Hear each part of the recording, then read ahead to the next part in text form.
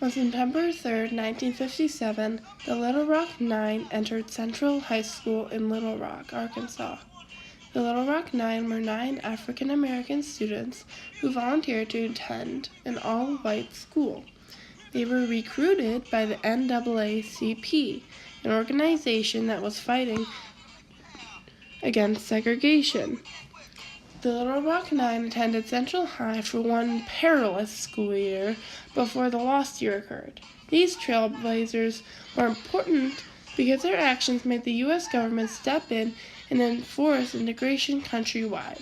They triumphed in desegregating Central High with the support of the media, their families, and the NAACP.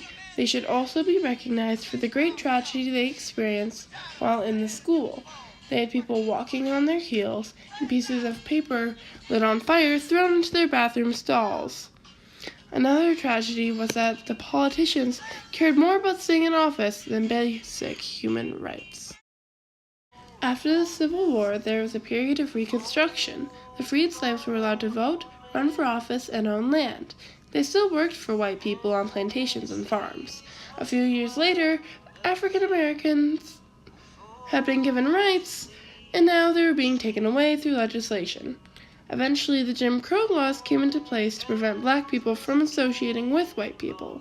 Schools were segregated, bathrooms were segregated, and in the South, essentially every public place was segregated. In 1954, it was decided by the Supreme Court that desegregation in schools was necessary in the United States. This decision was very contentious, with strong feelings on both sides. A large amount of the nation felt as if their civil rights were being taken away because they did not want to go to school in other places with people that did not share their race. By 1957, it was time to integrate Little Rock, Arkansas Central High School. The school board claimed that it would be a bad idea because the African American students would be unsafe.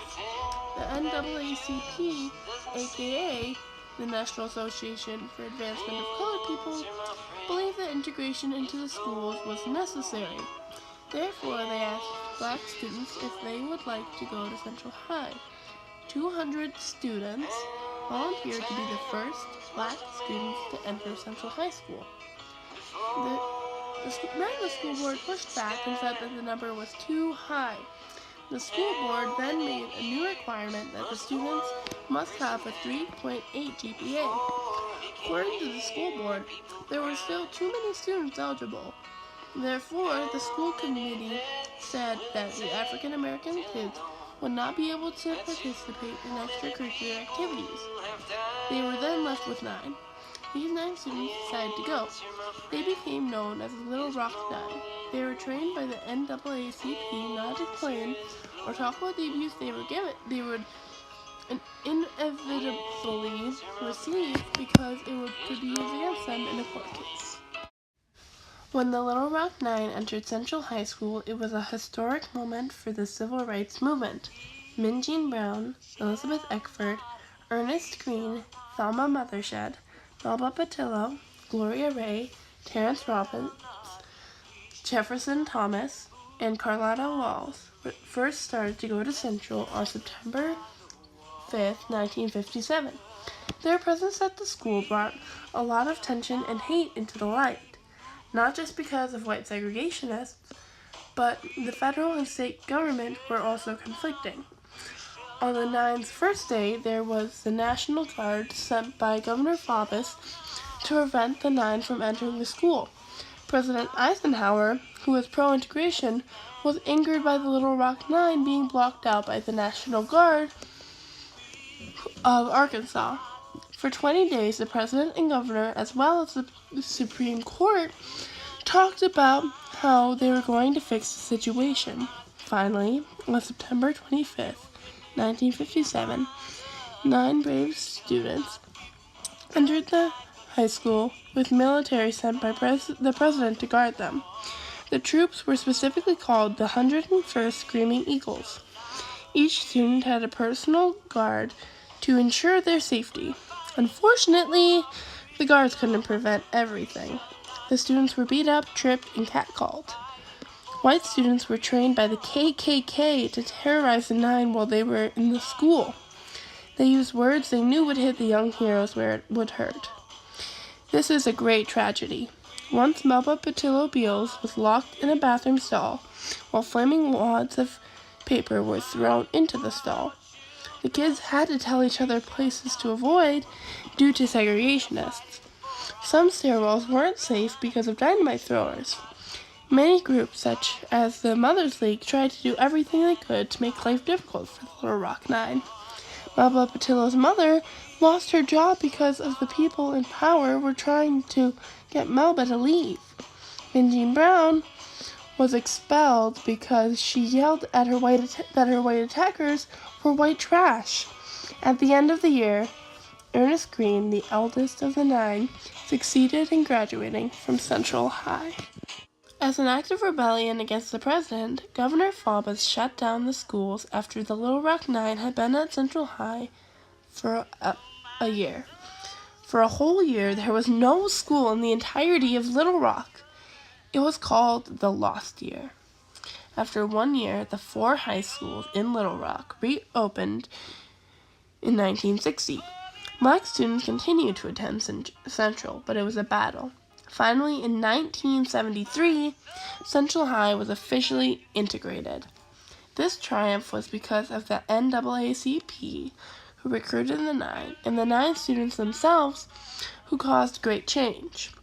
Just 1 year after the Little Rock Nine fought through Central High School, Rosa Parks fought to desegregate the buses. Important images like Elizabeth Eckford arriving at Central High School alone graced newspapers across the world, changing the view of the seemingly perfect America. Even now, high school students across the world are protesting and fighting for a better world.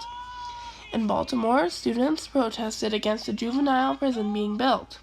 The building was going to cost more than the money put into their school funds. The government was going to put more money into locking up the kids than actually educating them. Because of the students' outright anger, the prison was not built. Little Rock's Central High School is still running. Every year, as a freshman project, a student must interview a person that was alive during the Little Rock Nine crisis and ask how the person remembers the event. Because of the great heroes of Little Rock, all schools in America are integrated, and students have the bravery to make the world a better place. On May 17, 1954, it was decided by the Supreme Court that desegregation in schools was necessary in the United States. The NAACP agreed that integration into the schools was necessary, so they asked Black students if they would like to go to Central High. 9 students decided to go. They are now known as Little Rock Nine. As we know, they triumphed in desegregating Central High with the support of the media, their friends, their family, and the NAACP. They should also be recognized for the great tragedy they experienced while in the school.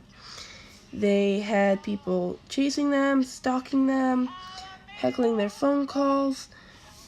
Reading in depth into the many awful situations these teenagers went into makes the tragedy more clear, but if you think about it, there is great triumph. The students gained access to an amazing education, and many of them continue to lead very successful lives and productive lives.